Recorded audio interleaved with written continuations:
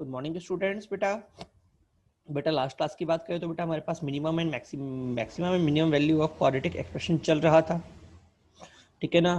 Question number बात करें तो बेटा अभी हम लोगों का ये वाला क्वेश्चन तक हो चुका था। एक बार थोड़ा मैं आपको और बता दूं कि एग्जामिनर ने हमें रेंज दे रखी थी एफ एक्स की 0 से लेकर इन्फिनिटी तक, ठीक है। F0 हमें 4 दे रखा था, F2 हमें 0 दे रखा था, ठीक है। करने के दो तरीके मैंने बताए थे, एक तो a x square plus b x plus c से निकाल लो, ठीक है। तो F0 से मुझे 4 निकल गया, F2 से बेटा a plus b plus 4 equal to 0, एक रिलेशन बेटा मेरा ये निकल गया, ठीक है ना। तो बेटा मैंने कहा था 3 वेरिएबल तो 3 अननोन चाहिए, 2 इक्वेशन तो मिल गई, तीसरी इक्वेशन बेटा कहाँ से मिलेगी, जो आपको ये वैल्यू दे रखी है 0 से लेकर इनफाइनाइट तक। और बेटा इससे मुझे क्या मिलेगा बेटा, इससे मुझे मिलेगा कि रेंज कितनी होती है, माइनस डी अपॉन 4 से लेके इन्फिनिटी तक। क्लियर। तो बेटा माइनस डी अपॉन 4 कितना हो गया, 0, डी मेरा कितना हो गया 0। तो बेटा यहां से मुझे सेकंड इक्वेशन मिलेगी b square minus 16 a is equal to 0, ठीक है। Equation number second, equation number first, solve and get the answer. बेटा एक तरीका मैंने आपको ये बताया था, और दूसरा मैंने कहा था कि अगर मेरा रूट 0 से लेके इन्फिनिटी है, इसका मतलब कर्व टच करके निकल रहा है, टच करके निकल रहा है मतलब रिपीटेड रूट, और वो किस पे रिपीट रूट है, 2 पे रिपीटेड रूट है। तो बेटा मैं एफ एक्स को लिख सकता हूँ a into x minus alpha का होल स्क्वायर, ठीक है ना। और यहां से तो मेरा इक्वेशन निकल गई x माइनस 2 का होल स्क्वायर, ठीक है। a निकालने के लिए बेटा मैं 0 पुट कर दूंगा, f0 पे बेटा मुझे वैल्यू 4 दे रखी थी, तो बेटा यहाँ से मेरा 4 भी निकल जाएगा 1, मेरी इक्वेशन आ जाएगी x माइनस 2 का होल स्क्वायर। क्लियर। अगला क्वेश्चन बेटा, ये वाला क्वेश्चन मैंने आपको होमवर्क दिया था, सेम क्वेश्चन मैंने आपको पहले भी कराया हुआ है, ठीक है ना। चलिए उससे अगले क्वेश्चन की बात करते हैं। बेटा ये वाला क्वेश्चन बेटा 43 मैंने आप लोगों को होमवर्क दिया था। क्वेश्चन क्या है, एफ एक्स आपको दे रखा है a x square plus b x plus c, a is not equal to 0 and a square plus b square plus c square minus 2a plus 4b minus 2c plus 6 is equal to 0 where abc belongs to r, ठीक है। Examiner मुझसे बोल रहा है find f1, find f1, ठीक है। अगर बेटा मेरे abc निकल गए तो आप f1 इजीली निकाल सकते हैं, x के 1 पट करो आपका आंसर आ गया। क्लियर हुआ नहीं हुआ, F1 F2 कुछ भी पुट कर लो, अगर आपका ABC है तो आप निकाल सकते हैं, ठीक है। तो मैं कैसे निकालू बेटा, जगह आप ध्यान से देखें तो देखो आपको a स्क्वायर दे रखा है और माइनस 2a दे रखा है। अगर मैं ध्यान से देखूं तो देखो मुझे क्या दे रखा है, मुझे दे रखा है a स्क्वायर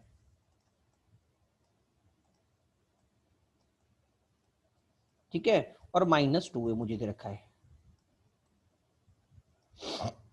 क्या सभी को समझ में नहीं आया, a स्क्वायर और माइनस 2a बेटा मुझे दे रखा, हाँ दे रखा है।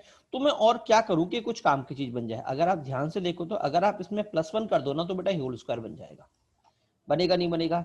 सेम बेटा मुझे क्या दे रखा है, बी स्क्वायर, और क्या दे रखा है देखो बी स्क्वायर प्लस 4b। तो अब मैं यहाँ पे क्या ऐड करूं कि होल स्क्वायर बन जाए बेटा, मुझे +4 ऐड करना पड़ेगा। और क्या दे रखा है बेटा, और मुझे दे रखा है सी स्क्वायर -2c।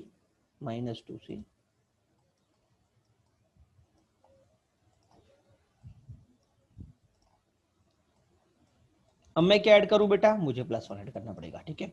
और मुझे क्या दे रखा है बेटा, लास्ट में बेटा मुझे +6 दे रखा है, तो बेटा मैंने +6 कर दिया, ठीक है। अब बेटा मैंने जोड़े एक्स्ट्रा क्या किया, मैंने एक्स्ट्रा 1 जोड़ा, 4 जोड़ा और 1 जोड़ा, तो 1 + 4 + 1 6 हो गया। तो 6 अगर मैंने जोड़ा है तो घटाना भी पड़ेगा, तो 6 मैंने हटा दी, तो बेटा क्या हो गया, तो 0 हो गया, 1 नहीं हुआ। और ये पूरा मुझे क्या दे रखा है, 0 दे रखा है। इसका मतलब उसने एग्जामिनर ने मुझे क्या दिया हुआ है, एग्जामिनर ने मुझे दिया हुआ है x - 1 का होल स्क्वायर प्लस b + 2 का होल स्क्वायर प्लस c - 1 का whole square is equal to 0। ये एग्जामिनर मुझे दे रखा है, ठीक है ना। और मैं जानता हूं अगर 3 स्क्वायर का सम अगर 0 होता है, मैंने आपको पहले ही बताया हुआ है कि any if sum of positive quantity is 0 that means all values are 0, all values are 0। इसका मतलब ये भी 0 होगा, ये भी 0 होगा, और बेटा ये भी क्या होगा, 0 होगा। तो बेटा यहाँ से मुझे a कितना मिल गया 1, b मुझे कितना मिल गया -2, और c मुझे कितना मिल गया 1। तो एफ एक्स मेरा क्या आ गया बेटा, एफ एक्स मेरा आ गया आपका एक्स स्क्वायर -2x + 1,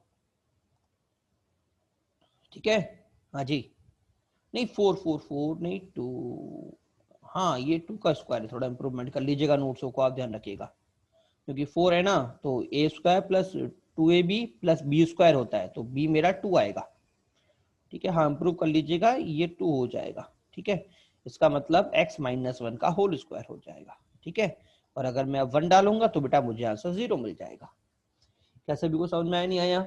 ठीक है, चलिए अगली हेडिंग बेटा, range of rational expression and function. बेटा देखो मैं यहाँ पे आपको एक बात पहले ही बता देता हूँ, range of rational expression and functions बेटा एक्चुअल में आपके 12th का टॉपिक है।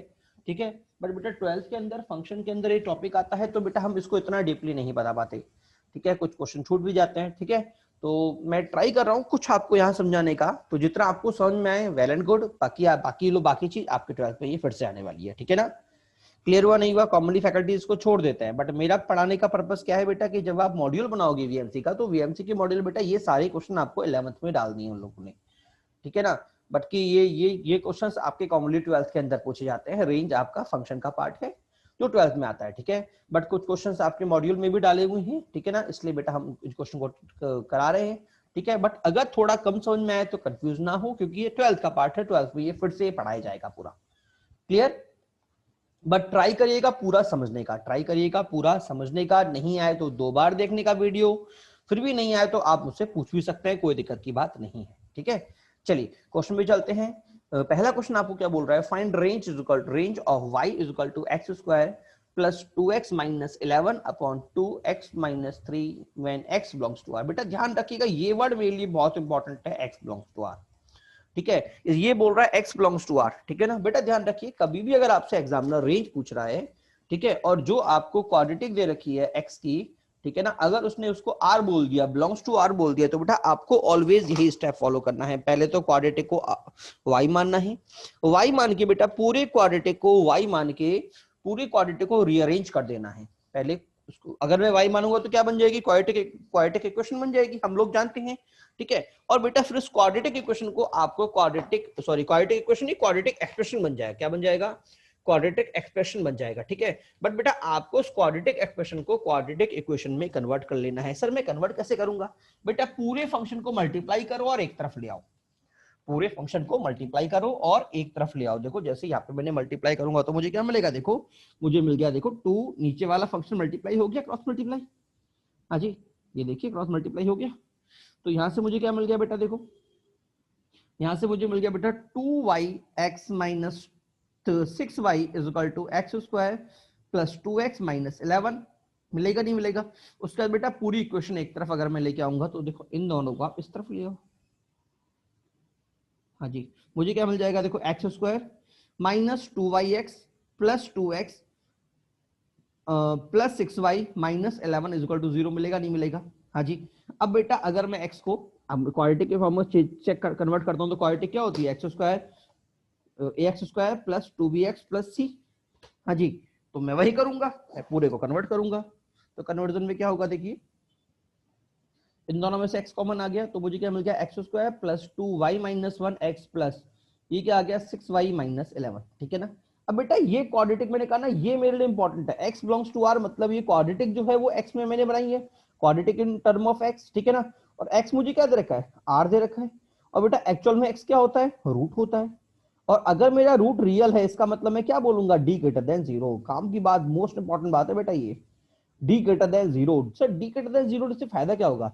बेटा देखिए अगर मेरी क्वाड्रेटिक x के टर्म में है तो बेटा y जो है ना वो एज ए कांस्टेंट की तरह बिहेव करेगा। कैसे बिहेव करेगा? एज ए आर्बिट्री कांस्टेंट की तरह से। ठीक है ना, और मुझे y को ही निकालना है क्योंकि मुझे रेंज निकाली है, रेंज का मतलब y निकालना है। और मैंने कहा था जब भी मुझे कोफिशिएंट्स निकालने हो तो भाई मेरे लिए d ब्रह्मास्त्र है, याद आया? ठीक है ना, और बेटा यहाँ पे मुझे d का रिलेशन मिल गया, d is greater than 0। Clear हुआ नहीं हुआ? तो मैं क्या बोलूंगा, d मतलब b square that is 2 1 minus y का whole square minus 4 into 6y minus 1 is greater than equal to 0। ठीक है, देखो ये 4 हो जाएगा, स्क्वायर होते ये 4 हो जाएगा, होगा नहीं होगा? ये 4 और ये 4 मैं हटा दूं तो बेटा मुझे क्या मिल गया, बेटा मुझे मिल गया 1 plus y square minus 2y minus 6y plus 1 is greater than equal to 0। आगे क्या मिलेगा, Y square minus 8y plus 12 नहीं 2 प्लस 2, दो बट रखिए, हाँ plus 2 is greater than equal to 0।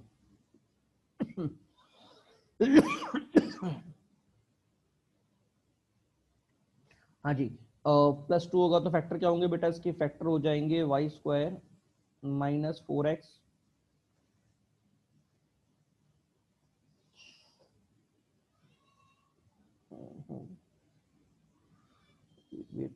एक मिनट। हाँ जी, कुछ गड़बड़ किया है क्या मैंने इधर से? बेटा ये 11 था, ये 11 था, ये भी 11 था, 11 + 1 12 हो गया। ठीक है, तो यहाँ से फैक्टर क्या आ गया बेटा? यहाँ से फैक्टर आ गया मेरे पास y-2 और y-6 greater than equal to 0। तो बेटा y मुझे क्या मिल गया?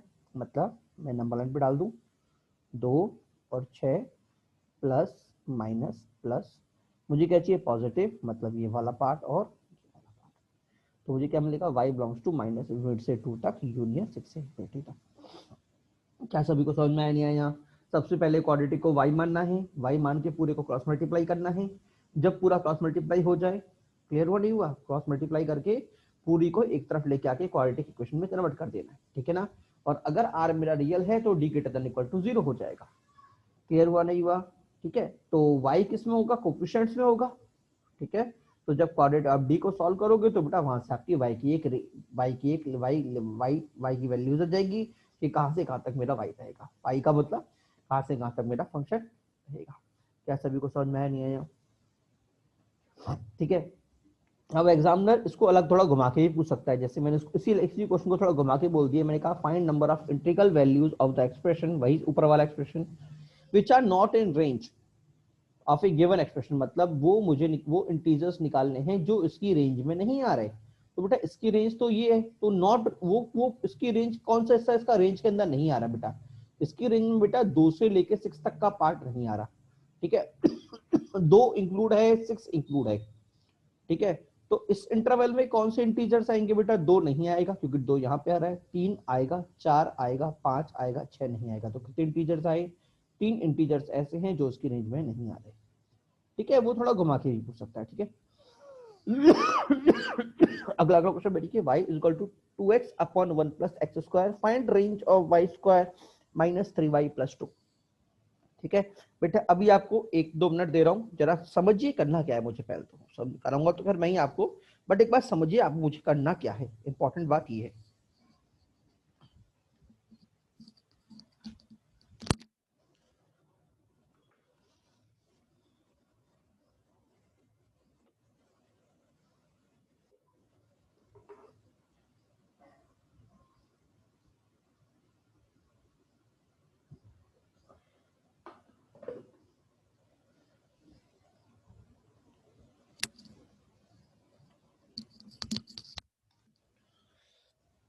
चलिए बेटा, बेटा देखिए मैं आपको कुछ समझाता हूँ। अच्छा क्वेश्चन है, बहुत अच्छा क्वेश्चन है बेटा। पहली बात तो ये मेरी क्वाड्रेटिक है y के टर्म में, ठीक है ना? क्लियर हुआ नहीं हुआ? पहली बात तो ये क्वाड्रेटिक है मेरी y के टर्म में, ठीक है? मतलब सर इसका अगर मैं रेंज निकालूं तो भाई d से लेके निकल जाएगा, d से लेके इन्फिनिटी तक, -d/4a से लेके इन्फिनिटी तक निकलेगा, नहीं निकलेगा? बट बेटा प्रॉब्लम की बात क्या है कि जो इसका इनपुट है ना, ये y है, जो मतलब कॉमनली जो हमारे पास x होता है, वो मुझे ये दे रखा है। मतलब अगर मैं ग्राफ बनाऊंगा तो बेटा इस बार मेरा y यहां जाएगा और z यहां जाएगा। अगर मैं इस पूरे को z मानता हूं तो ये वाला मेरा ग्राफ बनेगा कुछ इस तरह से, ठीक है? मान लो ये जो भी है आपका, ये वर्टेक्स आ गया, ठीक है ना? अब बेटा प्रॉब्लम की बात क्या है कि जो y है ना, y मेरा खुद इस टर्म में दे रखा है, ठीक है? और मान लो इस फंक्शन की ही रेंज r, देखो r मैं कब मानूंगा? मैंने आपसे कहा था मैं वर्टेक्स से लेकर इन्फिनिटी तक रेंज तब मानूंगा जब मेरा y बिलोंग्स टू r होगा। बट क्या यहाँ पे मैं बोल सकता हूँ क्या इसकी रेंज r आएगी? क्योंकि बेटा मुझे इस बार ही किसी और के टर्म में देख दिया, ठीक है ना? तो एक्चुअल में मुझे करना क्या है बेटा? एक्चुअल में मुझे तो इसकी रेंज निकालनी है। अगर इसकी रेंज निकल गई तो ग्राफ बनाओ, मान लो इसकी रेंज निकली आपके 3 से लेके 4 तक, तो 3 से लेके 4 तक का पार्ट ट्रेस कर लो, ये आपका ग्राफ आ गया, ठीक है? मान लो इधर से ग्राफ आया तो ये आपका ग्राफ आ गया। तो आप निकाल सकते हो ना मिनिमा कितना होगा, मैक्सिमा कितना होगा। क्लियर हुआ नहीं हुआ? हाँ, तो क्वेश्चन सिर्फ घुमा के दे दिया आपको, ठीक है? एक्चुअल में आपको ऊपर वाले फंक्शन की रेंज पहले निकालनी है। तो रेंज कैसे निकालूंगा अभी मैंने बताया था, फंक्शन का क्रॉस मल्टीप्लाई कर लिया, हाँ जी। उसके बाद क्वाड्रेटिक पहले y मान लिया, y मान के क्रॉस मल्टीप्लाई कर लिया, क्वाड्रेटिक में कन्वर्ट कर लिया, कन्वर्ट करने के बाद d greater than equal to 0 कर दिया, तो क्या मिलेगा बी स्क्वायर माइनस 4ac, ठीक है ना। तो मुझे क्या मिला 1 minus y square is greater than equal to 0। तो माइनस कॉमन लेते ही बेटा मेरा साइन ऑफ इक्वलिटी चेंज हो गया, y square minus 1 is less than equal to 0 आ गया, ठीक है। तो यहाँ से मुझे क्या मिल गया y माइनस 1 और y प्लस 1 नंबर लाइन पे डाल दें, ये आ गया -1, ये आ गया +1, पहले पॉजिटिव फिर नेगेटिव फिर पॉजिटिव, ठीक है। मुझे नेगेटिव चाहिए मतलब -1 से 1 तक का पार्ट चाहिए। क्या सभी को समझ में आया? हाँ जी, ठीक है ना। हाँ इसका मतलब बेटा जो मेरा y है वो मेरा -1 से 1 तक है, ठीक है। बट बेटा एक खास इस क्वेश्चन में एक खास बात और है कि जो y है बेटा वो मेरा क्वाड्रेटिक का लीडिंग कोफिशिएंट है। देखो ये मेरी क्वाड्रेटिक थी,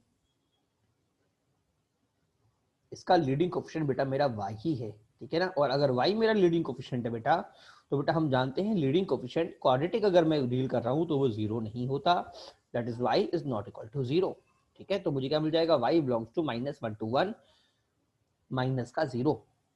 क्लियर? अब ग्राफ बना ले। z मुझे क्या दे रखा है y square minus 3y plus 2, तो dz अपॉन dy कितना हो जाएगा 2y माइनस 3, तो y आ गया बेटा मेरे पास 3/2, ठीक है। y 3/2 तो z मिनिमम कितना आ गया बेटा, वो आ गया बेटा -1/4। मतलब बेटा मेरा ग्राफ कैसे बनेगा, कुछ इस तरह से बनेगा।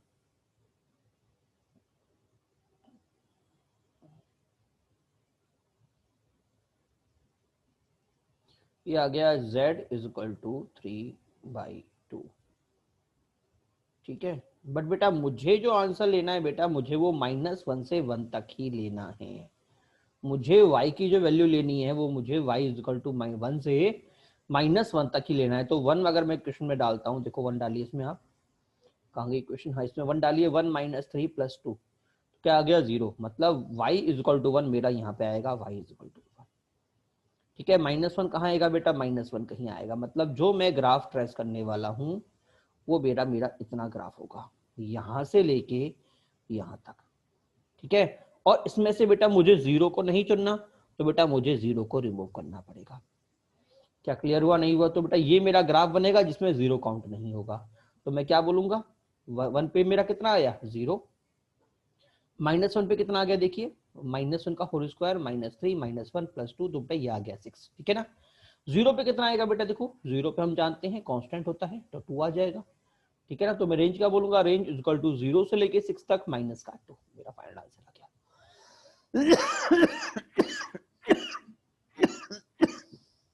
बेटा अच्छा क्वेश्चन था, समझने वाला क्वेश्चन था, ठीक है ना। चलिए अगले क्वेश्चन की बात करते हैं। अगला क्वेश्चन आपके सामने है, एक बार आप पढ़िए, मैं फिर से आपको 2 मिनट दे रहा हूं।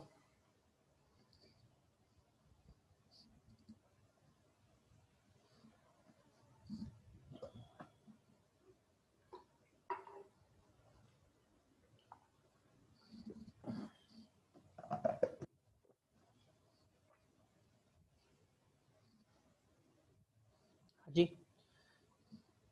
समझा आपने? क्वेश्चन क्या बोलना चाह रहा है बेटा, एग्जामिनर बोल रहा है कि भैया मेरे रूट्स अनइक्वल हैं। ये रूट्स क्या है बेटा, बहुत अच्छा क्वेश्चन है, इंपॉर्टेंट डाल दीजिएगा इस क्वेश्चन में, क्या डाल दीजिएगा, इंपॉर्टेंट, ठीक है। एग्जामिनर बोलना चाह रहा है कि भाई मेरे रूट्स अनइक्वल है, that is d greater than equal to 0, ठीक है ना। और बेटा उसने एक बात बोल दी है, a belongs to r, a belongs to r, ठीक है। और आपको b की रेंज निकालनी, क्या निकालनी है, b की रेंज निकालनी है, ठीक है। तो पहली बात तो बेटा unequal root d greater than 0 r, और मुझे a और b के बारे में बात करनी है, तो d लगाऊंगा तो बेटा d पे मुझे क्या मिलेगा बेटा, d पे बेटा मुझे मिलेगा b square minus 4ac, that is 4 into a plus b का whole square minus 4 into a minus b minus 8, ठीक है बेटा। ओपन कर लिया बेटा, मेरे पास ये क्वेश्चन आ गया। अब बेटा काम की बात आप यहाँ पे समझिएगा कि भाई मेरे पास a बिलोंग्स टू मुझे r दे रखा है और b मुझे निकालना है, तो मैं कैसे निकालूं, क्योंकि अभी तो कुछ भी चीज ऐसी नहीं है जहां से मैं b को हिट कर सकूं। अभी तो मेरे पास कोई भी चीज ऐसी नहीं है जहां से मैं b को हिट कर सकूं। तो बेटा अभी थोड़ी देर पहले हमने एक चीज बात बोली थी कि x बिलोंग्स टू r मुझे दे रखा था, याद है? हाँ, अगर x बिलोंग्स टू r मुझे दे दिया, इसका मतलब x में मेरी वेरिएबल क्या था, क्वाड्रेटिक थी। अब यहाँ पे बेटा मुझे a बिलोंग्स टू r दे रखा है, मतलब क्वाड्रेटिक किसमें है बेटा, इस बार मेरी क्वाड्रेटिक बेटा a में है, ध्यान रखिएगा किसमें है बेटा, a में। तो बेटा मैं क्या बोलूंगा, इसको a में कन्वर्ट कर लूंगा। और दूसरी बात बेटा, दूसरी बात अगर सेकंड अप्रोच ही बोलूं कि भाई मुझे b निकालना है, a नहीं निकालना, ठीक है ना। तो अगर मैं बी में क्वाड्रेटिक मानूंगा तो बेटा ए एज ए कोफिशिएंट की तरह वर्क करेगा, ठीक है ना। और अगर मैं बेटा मैं ए में क्वाड्रेटिक मानूंगा तो बेटा एज ए बी मेरा कोफिशिएंट की तरह वर्क करेगा।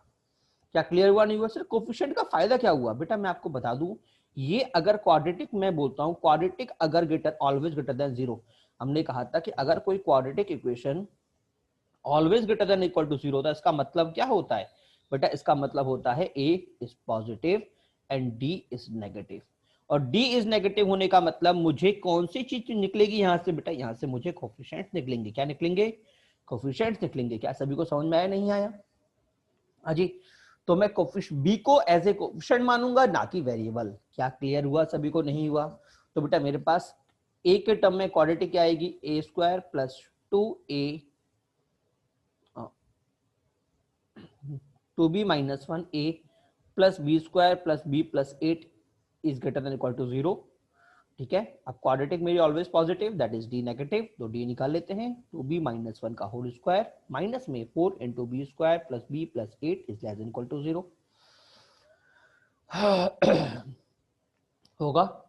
बेटा पूरा फंक्शन ओपन कर लिया, मुझे क्या मिलेगा, 4b square plus 1 minus 4b, इधर से बेटा मुझे मिलेगा minus 4b square minus 4b minus 32, तो ना बेटा कैंसिल आउट, बेटा मुझे मिल गया minus 8b is less then 31, b is greater then, बेटा ग्रेटर देन क्यों किया बेटा, तो इस माइनस को बेटा रिमूव करने के लिए, माइनस का मल्टीप्लाई होगा तो इधर माइनस आएगा और साइन ऑफ इक्वलिटी चेंज, उसके बाद बेटा 8 का डिवाइड होगा। ठीक है, हाँ जी। तो बेटा बी मेरे पास क्या आ गया बेटा, बी मेरे पास आ गया बेटा माइनस 31 अपॉन 8 से लेके इन्फिनिटी तक। क्लियर? चलिए अगली हेडिंग देखते हैं बेटा। अगली बेटा हमारे पास हेडिंग है कॉमन रूट। क्या है बेटा? Common root, most important part बेटा जे पॉइंट ऑफ व्यू से। ठीक है ना बेटा, कॉमन रूट के लिए बेटा मैं ऑलवेज हम दो इक्वेशन को लेंगे। पहली बात तो कॉमन रूट तभी होगा जब मेरे पास दो चीज होगी, तभी तो कॉमन निकाल सकता हूँ। ठीक है ना, तो ए मैंने एक इक्वेशन लिया है बेटा a1x square plus b1x plus c, और बेटा मैंने दूसरी इक्वेशन ली है a2x square plus b2x plus c2 is equal to 0। ठीक है। अब बेटा यहाँ पे मेरी दो केसेस बनते हैं। पहला केस जब दोनों रूट कॉमन है, अगर दोनों रूट कॉमन है बेटा तो बेटा मेरे पास कंडीशन होती है a1 upon a2 is equal to b1 upon b2 is equal to c1 upon c2। ठीक है ना। बट अगर सेकंड केस क्या बनेगा, सेकंड केस बनेगा अगर मेरा एक रूट कॉमन है, तो अगर मेरा एक रूट कॉमन है तो मैं क्या करूंगा, मान लो बेटा मेरे पास इसके इक्वेशन के रूट्स हैं बीटा और अल्फा, अल्फा बीटा, और बेटा नीचे वाले के रूट्स हैं अल्फा गामा, क्योंकि मुझे एक रूट कॉमन चाहिए। क्या समझ में आया? क्योंकि मुझे एक रूट कॉमन चाहिए। क्लियर? तो मेरा कॉमन रूट क्या आ गया बेटा, इधर देखो अल्फा बेटा मेरा कॉमन रूट आ गया। क्या क्लियर हुआ नहीं हुआ? Common root is alpha. ठीक है, अगर बेटा अल्फा कॉमन रूट है बेटा तो बेटा मैं दोनों इक्वेशंस में अल्फा को सब्स्टिट्यूट कर सकता हूँ। क्या कर सकता हूँ? दोनों इक्वेशंस में अल्फा को सब्स्टिट्यूट कर सकता हूँ। तो मैं क्या बोलूंगा, a1 alpha square plus b1 alpha plus c1 is equal to 0, a2 alpha square plus b2 alpha plus c2 is equal to 0, equation number 1 and equation number 2।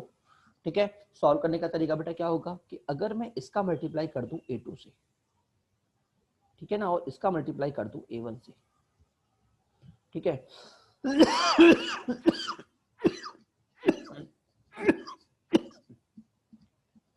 तो देखो मुझे क्या मिलेगा, मेरा स्क्वायर वाई टर्म कट गया बेटा, यहाँ पे जब मैं सिंप्लीफाई करूंगा तो बेटा मुझे अल्फा मिल जाएगा। ठीक है, मेथड टू क्या था बेटा, मेथड टू क्या था बेटा, मेथड टू बेटा आपने अपने 10th क्लास में पढ़ा था कि अगर ये क्वाड्रेटिक है तो निकालने का तरीका अल्फा स्क्वायर अपॉन, पहले अल्फा स्क्वायर लूंगा और बेटा इन दोनों कोएफिशिएंट को डील करूंगा, तो इन दोनों को अल्फा स्क्वायर को हटा दूंगा, b1 c2 b1 b1 b2 b1 b2 c1 c2 c1 c2। ठीक है, फिर जब मैं अल्फा लूंगा तो बेटा इस बार मैं बीच वाले को हटा दूंगा। अब a1 a2 c1 c2 a1 a2 c1 c2। ठीक है, और जब मैं लास्ट में 1 लूंगा तो इसको रिमूव कर दूंगा, अब मैं लूंगा a1 a2 b1 b2 a1 a2 b1 b2। ठीक है, अब इसको सॉल्व करने का तरीका सिंपल है, क्रॉस मल्टीप्लाई, टाई बांधने का तरीका ऐसे। ठीक है ना, हाँ, b1 c2 minus b2 c1, b1 c2 minus b2 c1, ध्यान रखिएगा। इधर भी होगा सेम चीज, a1 c2 minus a2 c1, a1 c2 minus a2 c1, और बेटा सेम इधर भी होगा a1 b2 minus a2 b1। Clear हुआ नहीं हुआ? अब बेटा यहाँ पे एक बात और समझिएगा, समझने वाली क्या बात है बेटा? समझने वाली बात है बेटा ये है कि अगर मैं जब मैं इन दोनों को इक्वेट करूंगा तो बेटा यहाँ से मेरा अल्फा निकलेगा। क्या निकलेगा? एक अल्फा निकलेगा। तो उसका फिर इसका यूज क्या है बेटा? बेटा यहाँ से भी जब मैं इक्वेट करूंगा तो बेटा यहाँ से भी मेरा एक अल्फा निकलेगा। ठीक है ना? एपीएस में आपको दोनों इक्वल नहीं लेंगे, बट आप जब वैल्यूज डालोगे तो बेटा आपके दोनों वैल्यूज इक्वल आएंगे। क्लियर हुआ नहीं हुआ? अब एक कदम आगे बढ़ के हम एक बात और बोलते हैं कि सर मेरे पास दो दो अल्फा आ गए, ठीक है ना? अगर बेटा मैं दोनों अल्फास को आपस में मर्ज कर दूंगा, मतलब आपस में इक्वेट कर दूंगा, क्योंकि दोनों अल्फा आ रहे हैं, ठीक है, तो बेटा वहां से मुझे कंडीशन मिलेगी। क्या मिलेगी? कंडीशन। ठीक है ना? हाँ, ध्यान रखिएगा, यही हमारी इंपॉर्टेंट है। ठीक है, और कंडीशन का सर यूज क्या होता है बेटा? कई बार क्या करता है एग्जामिनर आपसे बोल देता है इक्वल रूट्स है, क्या बोल देता है? वन रूट इज कॉमन, और बेटा एबीसीडी में से कोई एक अननोन दे देता है। मान लो C1 को उसने के बोल दिया। अब सब कुछ पता है तो यहाँ पे मान लो B1 को उसने के दे दिया, क्या बोलते हैं? B1 को मान लो के दे दिया। ठीक है, अब सब कुछ आपको पता है तो इसमें एक अननोन आ गया, इधर भी B1 आपका के है तो इसमें एक अननोन आ गया। तो अल्फा आपका कभी निकलेगा क्या? प्रॉपर्ली नहीं निकलेगा। तो बेटा आप यहां से अल्फा को निकालोगे जिसमें के रहेगा, ठीक है, आप यहां से अल्फा को लगाओगे जिसमें के रहेगा, ठीक है, दोनों को इक्वेट कर दोगे तो आपका बेटा के निकल जाएगा, मतलब आपका B1 निकल जाएगा। क्लियर हुआ नहीं हुआ? अब सर ये तो ठीक है कि इधर तो आपने इक्वेट रखे कंडीशन निकाल दी, तो क्या कंडीशन इधर नहीं निकलती क्या? इधर बेटा इधर भी निकलती है, बट सीधे नहीं निकलती। इधर निकालने का तरीका क्या होता है कि हम अल्फा को निकालते हैं, ठीक है, और बेटा अल्फा को निकाल के वापस इस इक्वेशन में पुट कर देते हैं। किसमें? इसमें। इन दोनों में से किसी एक में बेटा मैं अल्फा को निकाल के वापस पुट कर दूंगा, तो बेटा जो मेरी कंडीशन यहां से निकलने वाली थी इन दोनों को पुट करके, वो कंडीशन बेटा मेरी यहां से भी निकल जाएगी। क्लियर हुआ नहीं हुआ? ठीक है बेटा, एपीएस में सेकंड मेथड थोड़ा इजी लगता है, ठीक है, बट मैं आपको प्रेफर करूंगा फर्स्ट मेथड पे ज्यादा फॉलो करिए, क्योंकि बेटा अगर एग्जामिनर क्वेश्चन बिगाड़ना चाहता है, ठीक है ना, तो सेकंड मेथड में आप अटक सकते हैं, बट फर्स्ट मेथड में आप कभी नहीं अटकोगे। क्यों? क्योंकि आप सिंपली वैल्यू पुट रख के जनरल तरीके से क्वेश्चन को सॉल्व कर रहे हो। ठीक है ना? जैसे मान लो एग्जामिनर ने कभी बोल दिया एक रूट कॉमन रूट है ना, कॉमन रूट की जगह ना कॉमन रूट नहीं बोला, चलिए आगे हम इस टाइप क्वेश्चन कराएंगे तो आपको पता पड़ेगा। ठीक है ना? क्लियर हुआ नहीं हुआ? एक क्वेश्चन हम देख लेते हैं। अच्छा, पहले क्वेश्चन में कुछ सिखाना भी आपको, ठीक है, पहला क्वेश्चन देख लेते हैं बेटा। 3x² plus 4kx plus 2 is greater than 0, 2x² plus 3k minus 2 is equal to 0। ठीक है ना? पहली बात तो बेटा कभी भी बेटा अगर आपको ऐसे कोई वन कॉमन रूट का क्वेश्चन आ रहा है और एक इक्वेशन आपको कंप्लीटली नोन दे दी है, क्या दे दी है? एक इक्वेशन आपको कंप्लीटली नोन दे दी है, तो बेटा आप ऑलवेज डी निकालिएगा। ध्यान रखिएगा, डी निकालिएगा। डी क्यों निकालना है अगली क्लास में हम डिस्कस करेंगे कि डी का इंपॉर्टेंस हमको क्यों निकालना होता है, बट पहले आप डी निकालिएगा। ठीक है, इधर डी मेरा कितना आ रहा है? 25 ग्रेटर देन 25 आ रहा है। ठीक है, मतलब फैक्टर पॉसिबल है। फैक्टर पॉसिबल है तो फैक्टर करते हैं, 2x minus 1 2x plus 2 is equal to 0। ठीक है, अब बेटा x की वैल्यू मुझे क्या मिली? एक तो 1/2 मिली, और एक बेटा एक मुझे क्या मिली? एक बेटा एक मुझे मिली -2। ठीक है ना? तो बेटा अब मैं चेक करूंगा जब मेरा x 1/2 होगा, अगर मान लो दोनों में जो कॉमन फैक्टर अगर मेरा 1/2 है तो मेरा k क्या होगा? तो मैं क्या करूंगा? 1/2 को बेटा इस इक्वेशन में डाल दूंगा, तो मुझे कितना मिल गया? देखो 3 × 1/2 का whole square plus 4k × 1/2 plus 2 is equal to 0। तो बेटा k मेरा आ गया -11/8। ठीक है ना? If k is equal to -2 तो -2 पुट करूंगा तो बेटा k मेरे पास आएगा 7/4। क्लियर हुआ नहीं हुआ? ये तरीका। ठीक है ना? और अगर आपको इससे नहीं करना, सेकंड मेथड सेकंड से करना है तो उससे भी हम कर सकते हैं। देखो x² मुझे कितना मिलेगा? याद है ना x² कितना मिलेगा? देखो x² मुझे मिलेगा 2 × -2 -8। ठीक है ना? 2k × 4k × -2 -8k माइनस 3 × 2 तो -6। तो देखो मुझे मिल गया x² -8k -6। मिलेगा नहीं मिलेगा? हाँ जी। अच्छा, जब इसका नंबर आएगा तो 2 3 × -2 और ये होगा तो -6 -4, तो ये आ गया देखो -6 -4 -x के नीचे। ठीक है, और लास्ट में मुझे क्या मिल जाएगा बेटा? लास्ट में मुझे मिल जाएगा कांस्टेंट के लिए तो 3 × 3 9 माइनस में 2 × 4k -8k, तो बेटा ये आ गया 9 - 8k। ठीक है, इन दोनों से आप अल्फा निकल जाओगे कि x आपका ये आ गया। ठीक है, इन दोनों से आप अल्फा निकालोगे, x आपका ये आ गया। ठीक है, अब दोनों आपके रूट्स हैं तो दोनों को इक्वेट कर दोगे, और जब आप इक्वेट करोगे तो बेटा देखो k की आपकी क्वाड्रेटिक बनेगी, मल्टीप्लाई होगा ना क्रॉस मल्टीप्लाई, तो k की क्या बनेगी? क्वाड्रेटिक। क्वाड्रेटिक का मतलब k के कितने रूट्स आने वाले हैं? 2 रूट्स आएंगे। अब वो दोनों रूट्स कौन से होंगे? एक ये वाला और एक ये वाला। क्या सभी को समझ में नहीं आया? तो बेटा आप इस क्वेश्चन को दोनों तरीके से कर सकते हैं। क्लियर? अगली बार आएंगे तो बेटा एक तो मुझे आपको ये बताना है कि मैं डी को क्यों निकालता हूँ। ठीक है, चलिए बेटा आज की क्लास इज ओवर, बाय। अगर कोई डाउट हो तो बेटा आप मुझसे पूछ सकते हैं, कोई दिक्कत की बात नहीं है। ठीक है, चलिए बेटा बाय।